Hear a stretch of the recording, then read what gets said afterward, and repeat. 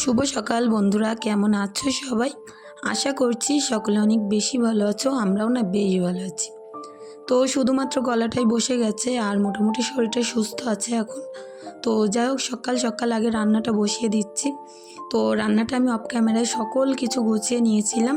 আগের দিন একটা মুরগি এনেছিল, তার থেকে কিছুটা মাংস রেখে দিয়েছিলাম।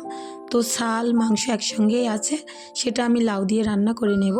আর এই রান্না করতে করতে কিন্তু আমি বাদবাকি আরও কাজকর্ম আছে, সংসারের যাবতীয় কাজকর্ম সবগুলোই গুছিয়ে নেব। আসলে কি বলো তো, ভোর ভোর ঘুম থেকে উঠলে কিন্তু সকল কাজকর্ম অনেক তাড়াহুড়ো করে হয়ে যায়। আর আমাদের সংসারের সব থেকে বড় কাজ কি বলো তো, রান্না করা। এই কাজগুলো না একের পর এক যদি আমরা স্টেপ বাই স্টেপ ফলো করে কাজগুলো করে নিতে পারি না, অনেক তাড়াতাড়ি সুন্দরভাবে গুছিয়ে উঠতে পারি, করতে পারি আমরা। তো যাই হোক, সংসারের এই বড় কাজ রান্না, এটা আগে কমপ্লিট করব। করতে করতে কিন্তু বাদবাকি কাজগুলো আমি করে নেব। রুমটা গোছাবো, বাইরেটা পরিষ্কার করে ঝাড়ু দেব। তো অনেকখানি কাজ আছে, তোমরা প্লিজ পাশে থেকো। আশা করছি বুঝতে পারবে ভিডিওটি দেখলেই। তো এদিকে লাউ মাংসটা কষিয়ে সুন্দর করে অল্প একটু কষানো পানি দিলাম, বেশি দিলাম না কিন্তু, কারণ লাউ দিয়ে অনেক পানি বেরোয়। তো তারপরে এখন দেখো বেশ কিছুটা বাসনপত্র এখানে আমি বের করে নিয়েছি, কারণ বাইরে প্রচণ্ড পরিমাণে বৃষ্টি হচ্ছে এখন। তো সেই কারণে কিন্তু পুকুরে এখন যেতে পারলাম না। দেখি আরও কিছুটা অনেকগুলো বাসন দুপুরবেলা হবে, সেগুলো কিন্তু পুকুর থেকে মেজে নেব। তো যখন যেরকম হাতের কাছে কাজ করলে সুবিধা হয় তখন সেরকম করে নিই। এখন যেহেতু রান্নাটাও হচ্ছে, এর আশেপাশেই কিন্তু কাজগুলো আমি আগে গুছিয়ে নেব। তারপরে রান্নাটা হয়ে গেলে ঘরে গিয়ে বিছনা গোছানো, আরও বিভিন্ন রকম কাজ আছে, সেগুলো করে নেব। আসলে কি বলো তো, ভোর ভোর ঘুম থেকে উঠলে না কাজগুলো যে এত সুন্দরভাবে হয়ে যায় সেটা কি বলবো। আর মনটাও না অনেক ভালো লাগে। একটা জিনিস কি বলো তো, বাইরে আমি তো রোজই কাজে যাই। তো এই কাজগুলো গুছিয়ে যখন আমি কাজে চলে যাই না, তখন কিন্তু আমার পিছনের আর কোনো টান থাকে না, বাচ্চাদের খাওয়া নিয়ে আর কোনো টেনশন থাকে না। তো সেই কারণেই কিন্তু সকালবেলা যতই কষ্ট হোক না কেন, আমি সকল কাজ করে রান্নাবান্না করে গুছিয়ে 8টার মধ্যে কিন্তু আবার দোকানও খুলি। তো বুঝতেই পারছো যে কতখানি কষ্ট আর কতখানি পরিশ্রম করার ফলেই কিন্তু এতটা সকাল সকাল আমি কাজগুলো গুছিয়ে উঠতে পারি। তো সেই কারণে রাত জেগে যতই আমরা ইউটিউবে কাজ করে থাকি না কেন, আমার কিন্তু একেবারে ভোর ভোর ঘুম থেকে উঠতে হয়।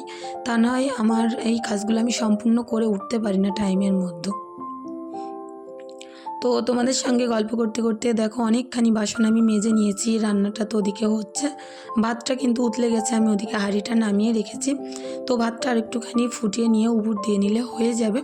এদিকে মাংসটা আরেকটু নেড়ে চেড়ে দেখছিলাম, তলায় অনেকখানি পানি বেরিয়েছে, কারণ লাউ দিয়ে না প্রচণ্ড পরিমাণে পানি বেরোয়। তো যাই হোক, এইভাবে আস্তে আস্তে হতে থাক। আর তার মধ্যে ঘর থেকে একটু ঘুরে আসলাম, আর কিছুটা জিনিসপত্র এলোমেলো হয়েছিল সেগুলো গুছিয়ে এসে এদিকে দেখো একটুখানি ধনিয়া গুঁড়ো, একটা তেজপাতা দিয়ে এখন মাংস আলু লাউটা অনেক সুন্দরভাবে কষিয়ে নেব। তো যাই হোক, অনেক মজার হয়েছিল খেতে। আর এখন এই গরম মশলা আর অল্প একটু গোলমরিচের গুঁড়োও দিয়ে দিলাম, দিয়ে মাংসটা না সুন্দরভাবে কষিয়ে নিয়ে এর মধ্যে একটুখানি ঝোল দিয়ে দেব। তো যাই হোক, আমার রান্নাবান্না তো প্রায় কমপ্লিট। এদিকে ভাতটাও হয়ে গেছে, ভাত পুরো নরম হয়ে গেছে। ভাতটা উপর করে নেব, নিয়ে তলাটা একটু চচ্চড়ি করে নিতে হবে, যেহেতু রাত পর্যন্ত খাওয়া হবে এই ভাত। তো সেই কারণেই না ভাতটা তলা চচ্চড়ি করে রেখে দিলে রাত্রে কিন্তু ভাতটা নষ্ট হয় না। তো এখন দেখো সমস্ত গ্যাসের ওপরে তেল চিটে ভর্তি হয়ে গেছে। তো মাংস রান্না করতে গেলে সরা যদি একটু ছোট হয় করার, তখন কিন্তু এই অসুবিধাটা হয়। তো আমার যেহেতু কড়া থেকে সরা অনেক ছোট, তো সেই কারণে তেল ছিটে পুরো সারা রান্নাঘর ভর্তি হয়ে গেছে। তো যত মনে করি কাজ সকালবেলা একটু কমের মধ্যেই রাখবো, তত কিন্তু একের পর এক আমার কাজগুলো বাড়তেই থাকে। তো যাই হোক, গরমে আমার অবস্থা খারাপ হয়ে যাচ্ছিলো, বাইরেও বৃষ্টি হচ্ছিল, আর ঈশানা প্রচণ্ড পরিমাণে দুষ্টুমিও করছিল। সব কিছুর মাঝখানেও কিন্তু আমি চেষ্টা করছিলাম আমার কাজগুলো টাইমের মধ্যে শেষ করতে, আর অবশ্যই আশা করছি হয়েও যাবে। এভাবে কিছু টিপস ফলো করে কিন্তু আমরা যদি কাজ করি, তো ঘড়ি দেখে দেখে টাইম মেনটেন করে যদি আমরা কাজগুলো করি, একের পর এক যেটা শেষ করে আরেকটা করব, এরকম কিছু টিপস আমরা যদি সংসারে অ্যাপ্লাই করে থাকি, তখন কিন্তু আমাদের এই যে কাজগুলো কঠিন কাজগুলো, কষ্টের কাজগুলো কিন্তু অনেক সহজ হয়ে যায়। আর রোজ এই যে আমি রান্নার শেষে আমার যেটা অভ্যাস, প্রত্যেক দিনই গ্যাস মুছে এই দেয়ালটা মুছে পরিষ্কার করে রাখা, কারণ রান্নার সময় কিন্তু এই জায়গাগুলো প্রচণ্ড তেলচিটে হয়। তো যাই হোক, জিনিসপত্রগুলো সরিয়ে সরিয়ে যার যার জায়গায় সেগুলো রাখছিলাম গুছিয়ে গুছিয়ে। আর এই তলাটা না মাজলেই নয়, কারণ এটা যদি মুছতাম না তবুও তেলচিটে যেত না। একটু স্কচব্রাইট দিয়ে পরিষ্কার করে নিলাম, তাহলে কিন্তু তলার তেলচিটে ভাবটা থাকবে না। আর রান্নাঘর যত পরিষ্কার পরিচ্ছন্ন থাকবে এখানে কিন্তু পোকামাকড় তেলাপোকার উৎপাত অনেকটাই কম হবে। আর মন থেকে যতটা স্বস্তি পাওয়া যাবে শরীরটাও কিন্তু ততটাই সুস্থ থাকবে। আমি মনে করি সবসময় খাওয়ার জায়গা, অন্তত রান্নাঘরটা, খাওয়ার হাঁড়ি কুড়ি বাসনপত্র এইগুলো কিন্তু অনেক সুন্দরভাবে পরিষ্কার পরিচ্ছন্ন রাখাই উচিত। কারণ এগুলো যদি নোংরা থাকে আমাদের কিন্তু শরীর কখনোই সুস্থ থাকবে না, একের পর এক রোগ ব্যাধি কিন্তু লেগেই থাকে। তো সেই কারণে দেখো যতই কষ্ট হোক না কেন সকালবেলা কতটা সুন্দর করে রান্নাঘরটা গুছিয়ে নিয়েছি। কার কার ভালো লেগেছে অবশ্যই কমেন্ট করে জানিও। রান্নাঘরের কাজ প্রায় শেষ, যেহেতু বৃষ্টি হচ্ছে বাইরে তো জামা কাপড় কাচতে যেতে পারছি না। তো ভাবলাম যেহেতু ঈশার দুটো একটা ছোট ছোট জামা প্যান্ট আছে, তো সেগুলো একেবারে এই সিঙ্কেই কিন্তু আমি পরিষ্কার করে নেব।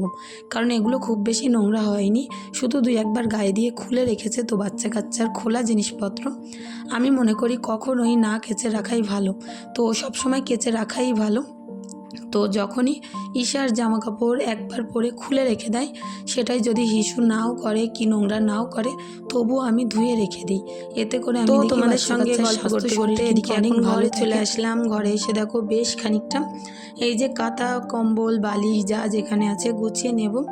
যেহেতু ইদানিং করে বৃষ্টি হচ্ছে, রাত্রে করে ঠান্ডা লাগছে, দিনের বেলা করে প্রচণ্ড পরিমাণে গরম লাগছে। তো সেই কারণে কিন্তু এখন অনেক করে কাঁথা কম্বলে হচ্ছে।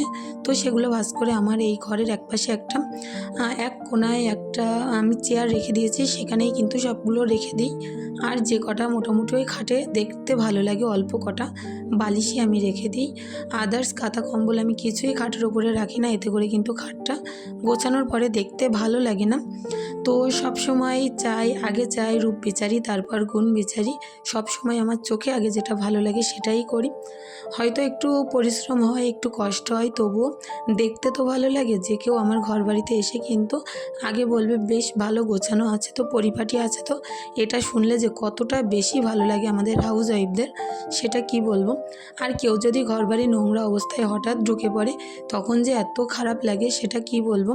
তো সেই কারণেই চেষ্টা করি সবসময় মোটামুটি ওই ঘর বাড়ি টিপটপ করে না রাখতে পারলেও ওই একটু গুছিয়ে একটু পরিপাটি করে রাখতে। আসলে তোমরা জানোই তো যে বাচ্চা কাচ্চা ছোটো থাকলে প্রচণ্ড হারে নোংরা করে। আর আমার মেয়েরা কি বলবো, যেখানে খায় সেখানে থালা রেখে উঠে যায়, একটা বারের জন্য কেউ তোলে না, গোছায় না। আর ঈশা তো আছে সারাদিন এটা ওটা পুরো ছড়িয়ে ছিটিয়ে ভর্তি করে ফেলে। যে জিনিস আমি 1 ঘন্টা আগে এক জায়গায় গুছিয়ে সুন্দর করে অনেকক্ষণ ধরে গুছিয়ে রেখে আসবো, সেই জিনিস 10 মিনিট বাদে দেখবো আবার যা তাই অবস্থা।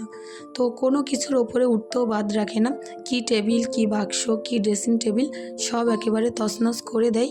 তো তবুও চেষ্টা করি একটু পরিপাটি করে রাখতে। হয়তো একটু বড় হলে বুঝতে শিখবে, তখন আর এরকম করবে না। সিমরান কিন্তু ছোটোবেলায় অনেকটাই শান্ত ছিল, তো ওকে নিয়ে আমার অতটা টেনশন ছিল না, কারণ ওকে একবার নিষেধ করলে সেই কাজ করতো না। আর ঈশা পুরোটাই আলাদা। ঈশা কিন্তু জিনিসপত্র যেমন হারে ভাঙে চুরে নষ্ট করে ঠিক তেমন হারেই কিন্তু নোংরা করে। তো যাই হোক, প্রত্যেকটা বাচ্চা একরকম হয় না, একটু আলাদা আলাদা রকমের হয়। তো এদিকে দেখো ঈশার আর সিমরানের অনেকগুলো জামা কাপড় ছিল, আমার কিছু নাইটি জামা কাপড়। তো সেগুলো সবগুলো আমি এখন একে একে ভাঁজ করে নিচ্ছি। এগুলো কিছুটা আলনায় রাখবো, কিছুটা টেবিলের মধ্যে রাখবো। আর সিমরান ঈশার জামা কাপড় রাখা যে বাস্কেট আছে, তো সেখানেও কিছুটা আমি জামা কাপড় রেখে দেব। তো যার যার জায়গায় জিনিসপত্রগুলো যদি সেইভাবে গুছিয়ে রাখা যায় না, আসলে দেখবে দরকারের সময় কিন্তু অনায়াসেই খুঁজে পাওয়া যায়। আর যদি আমরা জিনিসপত্রগুলো এক জায়গায় টাল করে ভাঁজ করেও রাখি না, তাহলে কিন্তু যখন দরকার পড়ে খুঁজে তো পাই না, তারপরেও জায়গাটা অনেক ঘুরায়। তো সেই কারণে আমি প্রত্যেকটা জিনিস আলাদা আলাদা জায়গায় রাখি, যাতে আমার খুঁজে পেতে অনেক সুবিধাই হয়। আর এই যে আমার এই বিয়ের ওড়নাটা আছে, এটা সারাদিন হিসাব মাথায় দিয়ে ঘুরে বেড়াই, বলে আমি বউ বউ। তো যাই হোক, আমি ওটা আর তুলি না, ও যখন পরে তো ব্যবহার করে, তো আমি ওই কারণেই ওটা সবসময় বাইরেই থাকে। আর এই টেবিলের মধ্যেই রাখি, যখন ওর দরকার পড়ে খেলা করে তো এখান থেকেই নিয়ে নেয়। তো দেখো যার যার জিনিসপত্র কিন্তু সেখানে সেখানে গুছিয়ে রাখলাম।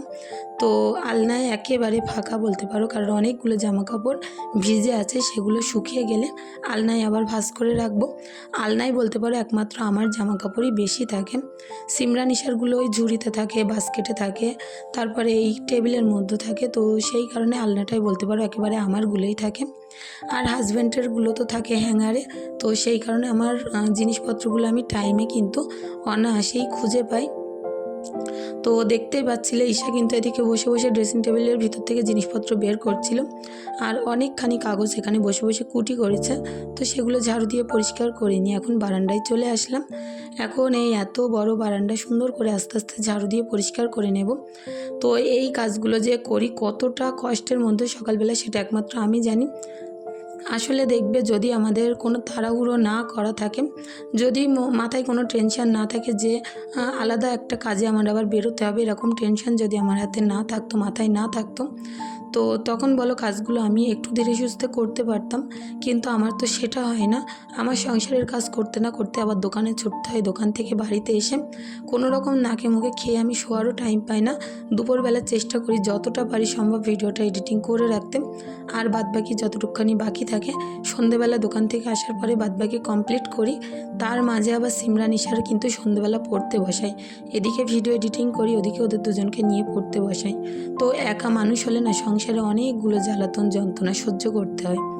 আর বিশেষ করে আমরা মধ্যবিত্ত ঘরের বউরা, আমরা যদি বসে শুয়ে থাকি, নিজে যদি কিছু ইনকাম না করি, আর্নিং না করি, তখন কিন্তু সংসারটা চালাতে প্রচণ্ড হারে অসুবিধা হয়ে যায়।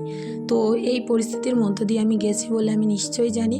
তো হয়তো পরিশ্রম করি, কষ্ট করি, শরীরটা সুস্থ থাকলে হয়তো পেরেও যাব। তো সংসারে অভাব কষ্টটা তো নেই, সেটাই অনেক বড়। বাচ্চারা যে দুটো ভালো মন্দ খেয়ে পরে বাচ্চা, সেটাই আমার কাছে অনেক।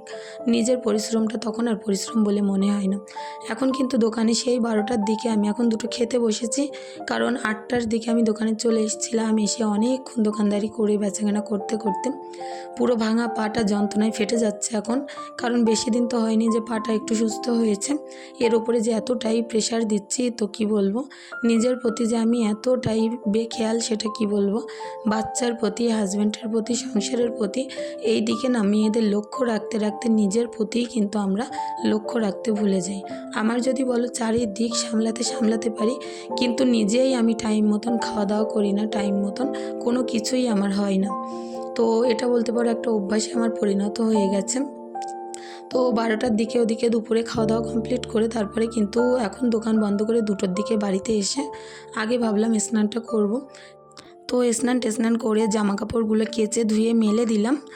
আর তারপরে এখন দেখি মুরগিদেরকে খেতে দিতে যেতে হবে, কারণ ওদিকে আমার অপেক্ষায় মুরগিরাও আছে। আর সকালবেলা যে ভাতগুলো নিয়েছিলাম না, এতটা ভাত আমি কখনোই খাই না। তো অনেকটা ভাতই নষ্ট হয়েছিল, তো সেখান থেকে মুরগিদেরকেও দিয়ে দিলাম।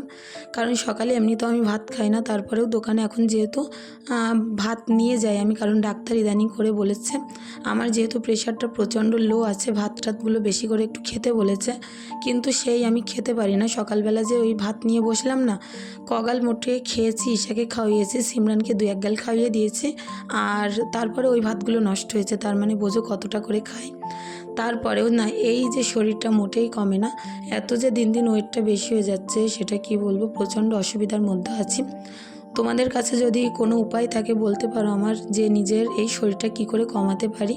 তো আমি অবশ্যই সেই চেষ্টাটা করব যে নিজের ওজনটা একটু কমানোর জন্য। কারণ আমাদের মেয়েদের যদি এরকম ওজনটা দিন দিন বাড়তে থাকে তখন কিন্তু আরও প্রচণ্ড প্রবলেমে পড়ি, আর একের পর এক রোগগ্রস্ত আমরা হয়ে যাই। তো সেই কারণেই তোমাদের যদি জানা থাকে যে কি করে শরীর স্বাস্থ্য একটু কমানো যায়, বলো, সেই সব টিপসগুলো আমি ফলো করব। এদিকে দেখো এখন আমি সমস্ত কাজকর্ম করে এখনও দুপুরবেলা ভাত খাইনি। তো ভাবলাম অনেকখানি বাসনপত্র এদিকে জমেছে, সিমরান খাওয়া দাওয়া করেছে, আর কিছু বাসনপত্র মদনালার কাছে বিক্রি করে দিয়েছিলাম। ছিদ্র ফাটা ভাঙাচুরো বাসনপত্র, বোতল টতল ছিল, তো সেখান থেকে দেখলাম কিছু ভালো বাসনও বেরিয়েছে। তো সেগুলো বের করে নিয়েছিলাম, আর সেগুলো নিয়ে পুকুরে মাছতে চলে আসলাম। তো এখন টানা টনটনে রোদ্দুর ছিল। এখন না এই বর্ষাকালে কখন রোদ্দুর হয় কখন বৃষ্টি হয় কিচ্ছু বলার নেই। তবে এই রোদ্দুরটা না প্রচণ্ড ঝলমলে এবং অনেক বেশি তাজা ছিল, এত গায়ে লাগছিল না সেটা কি বলবো। তো যাই হোক, এই রোদ্রে পুকুরের মধ্যে বসে আমি এখন কাজগুলো করে নিচ্ছি। আর এত সারাদিন পরিশ্রমের ফল তোমাদের একটি লাইক, একটি কমেন্ট। আমার ভিডিওটি দেখে তোমাদের যদি কিছু ভালো লেগে থাকে, যাওয়ার আগে প্লিজ একটি লাইক, একটি কমেন্ট করে দিয়ে যেও। আর যদি বেশি কিছু ভালো লেগে থাকে প্লিজ চ্যানেলটি সাবস্ক্রাইব করে পাশে থাকতে পারো।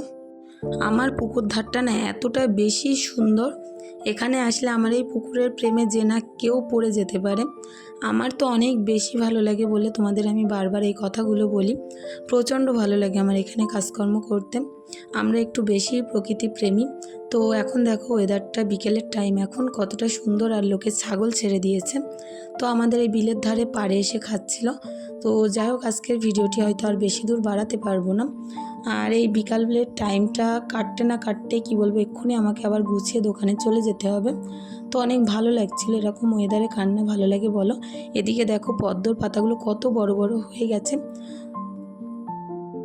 তো বিকাল বিকাল থাকতেই আমি এখন দোকানে চলে আসলাম, আর এখন সন্ধ্যা হয়ে গেছে। আমার মা, দুই মেয়ে, আমরা এখন চা খেয়ে নিলাম। নিয়ে ঠিক রাত 8টার সময় বাড়িতে আসলাম। এসে কাল হাজব্যান্ড অনেকটা ফল এনেছিল, তো সেখান থেকে কিছুটা কেটেছিলাম, কিছুটা কাটতে এখনও বাকি আছে।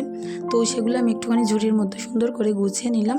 আর ঈশা এখন আম খাওয়ার জন্য জ্বালাতন করছিল, তো ওকে একটুখানি আম আর বেদানা কেটে দিলাম। তো আজকের ভিডিওটি এখানেই শেষ করছি। সকলে অনেক বেশি ভালো থেকো, সুস্থ থেকো। আমাদের জন্য একটু দোয়া, ভালোবাসা, আশীর্বাদ রেখে যেও। তোমাদের জন্য অনেক বেশি ভালোবাসা রইল আমার তরফ থেকে। ধন্যবাদ।